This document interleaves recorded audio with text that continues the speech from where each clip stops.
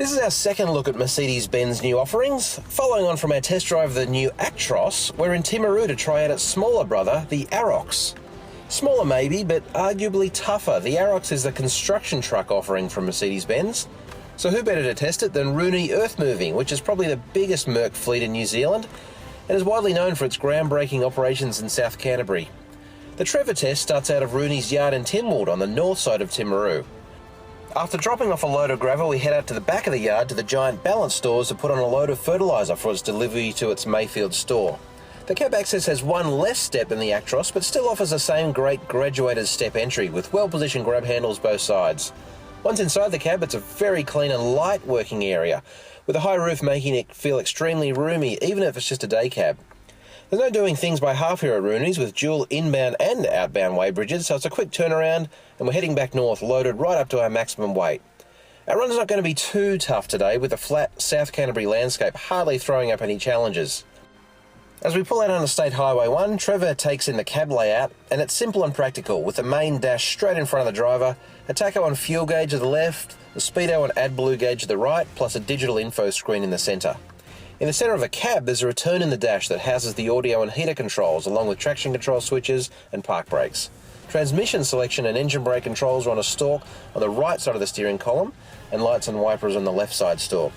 The steering wheel also has cruise control switches, digital display selection keys, phone and audio volume controls. There's a very good air suspension driver's seat with a good range of forward and aft adjustment that will accommodate even the tallest drivers. Down in the footwell, there's ample room to stretch out legs with a nicely angled footrest to the left and well-positioned brake and throttle pedals. It's certainly a very easy truck to get comfortable in. Our run is taking us to Winchester, where we swing off SH1 towards Geraldine, then overland north through to Mayfield. The engine brake is only needed to steady our speed as we come into various towns along the way, and there's not even any major corners, let alone hills. Steering is well weighted with very good driver feedback, and no effects at all from the bumpy surfaces we see. In a few spots, Trev even resorts to driving through a couple of major bumps in the road just to see if there's any noticeable feedback through the steering, but there is none.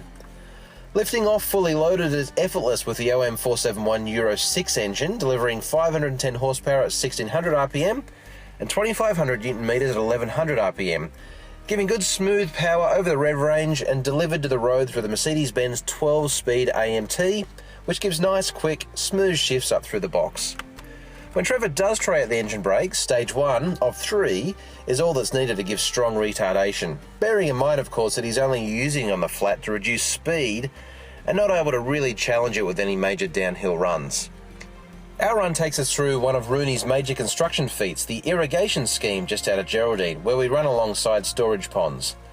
While the run out is on a very flat landscape, there are a few areas of bumpy road along the way, and the Arox smooths these out nicely with no noticeable jarring in the cab. The ride from the 3-leaf parabolic spring front suspension and Mercedes-Benz 8-airbag system at the back is different to the ride experience in the Actros, which was extremely light and soft.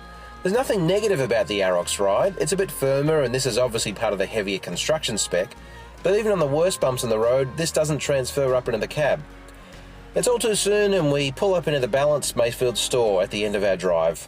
It's time for Rob to earn his keep as he shoehorns his trailer into a bin with a tight 90-degree backing turn to the left and very little space out front. But that's bulk stores for you.